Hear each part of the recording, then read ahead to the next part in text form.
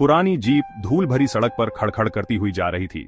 पीछे धूल का गुबार उड़ा रही थी। सुमित और उसके दोस्त रोहन, प्रिया और अंजलि बहुत खुश थे। वे आखिरकार ओखेवन पहुंच ही गए, एक गांव जो रहस्य और अलौकिक कहानियों में डूबा हुआ था। उनका मंजिल ब्लैकवुड मनोर गांव के बाहरी इलाके में एक विशाल जीर्ण शीर्ण हवेली जो अपने भूल भुलैया वाले बगीचों के लिए बदनाम थी। ऐसा कहा जाता था कि जो कोई भी सूर्यास्त के बाद इस भूल भुलैया में घुसने की हिम्मत करता है वह कभी बाहर नहीं निकल पाता। स्वाभाविक रूप से सुमित और उसके दोस्त साहसी होने के कारण अनजान के आकर्षण का विरोध नहीं कर सके। जैसे ही जीप हवेली के भव्य लोहे के फाटकों के सामने रुक गई, सुमित की रीढ़ में एक कंपी दौड़ गई। उसके स्पर्श में पुराना लोहा बर्फ की तरह ठंडा लग रहा था।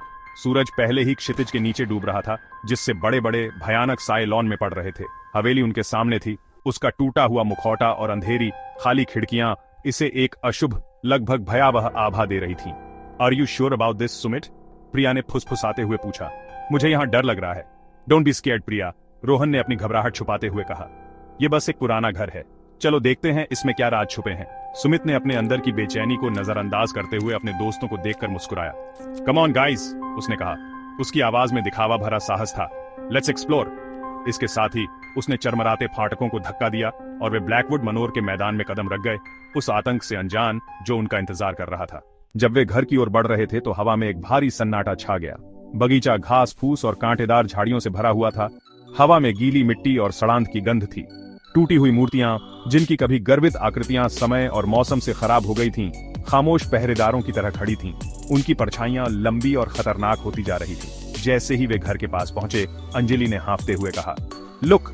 उसने मुख्य द्वार के बगल की दीवार की ओर इशारा करते हुए कहा। टूटते हुए पत्थर पर सूखे हुए खून जैसे शब्दों में लिखा था, turn back while you still can. समूह पर बेचैनी की लहर दौड़ गई। यहां तक कि रोहन, जो आमतौर पर सबसे बहादुर था, भी हिल गया। It's probably just some kids messing around, Sumit ने आत्मविश्वास से भरपूर आवाज में कहा।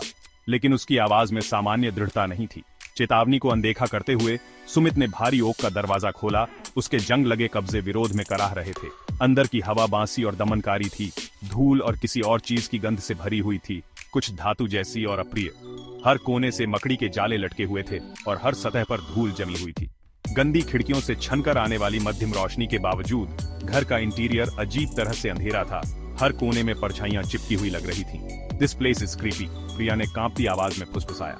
चलो यहाँ से चलते हैं प्लीज। डोंट बी सिली प्रिया, सुमित ने कहा। उसकी आवाज सन्नाटे में अस्वाभाविक रूप से गूंज रही थी। Let's at least see what's at the end of the hallway. उसने एक कदम आगे बढ़ाया और उसके वजन के नीचे फर्श की लकड़ी अशुभ रूप से कराह उठी। जैसे ही वे घर में आगे बढ़े, उन्हें तापमान में अचानक गिरावट महसूस हुई, मानो कोई ठंडी अदृश्य उपस्थिति उनके साथ कमरे में प्रवेश कर गई हो। उन्हें एक लंबे धूल भरे दालान के अंत में भूल भुलैया का प्रवेश द्वार मिला। द्वार दो टूटे हुए स्तंभों से घिरा हुआ था जो आईवी से ढके हुए थे। डूबते सूरज ने प्रवेश द्वार पर एक भयानक लाल चमक डाली, जिससे यह किसी राक्षसी प्राणी के मुंह की तरह लग रहा था। दिस इज इट, सुमित ने कहा। उसकी आवाज उत्साह से भरी हुई थी। The infamous labyrinth of Blackwood manner. हिचकिचाते हुए वे द्वार से होकर भूल भुलैया में चले गए। आदमी से भी ऊंची झाड़ियां पूरी तरह से साफ सुथरी थीं। उनके पत्ते गहरे, लगभग अप्राकृतिक हरे रंग के थे। हवा में नाइटशेड और हनीसकल की खुशबू भारी थी। खुशबू उबाऊ और परेशान करने वाली थी। जैसे ही वे भूल भुलैया में आगे बढ़े, सूरज की आखिरी किरणें गायब हो गईं, जिससे वे एक भयानक गोदूली में डूब गए। हवा ठंडी हो गई। सन्नाटा केवल पत्तों की सरसराहट और उल्लू के दूर के रोने से टूट रहा था। वे चुपचाप चलते रहे। बजरी वाले रास्ते पर उनके कदमों की हल्की आवाज ही आ रही थी। वे जितना आगे बढ़ते गए, उतने ही भटकाव वाले होते गए। रास्ते मुड़ते और घूमते हुए उन्हें गोल गोल घुमा रहे थे। I think we're lost, Anjali ने कहा। उसकी आवाज धीमी और डरी हुई थी। मुझे भूल भुलैया का यह हिस्सा नहीं पहचान में आ रहा है। उसकी बातों के जवाब में भूल भुलैया में एक ठंडी हवा चली, जिससे पत्ते सरसराहट करने लगे और झाड़ियां हिलने लगीं। हवा भारी हो गई, एक अदृश्य ऊर्जा से आवेशित। Sumit, I don't like this, Priya ने फुसफुसाते हुए उसकी बांह पकड़ ली। चलो वापस चलते हैं। लेकिन बहुत देर हो चुकी थी। जैसे ही वे अपने कदम पीछे हटाने के लिए मुड़े, उन्होंने बढ़ते हुए आतंक के साथ महसूस किया कि उनके पीछे का रास्ता गायब हो गया था। वे फंस गए थे।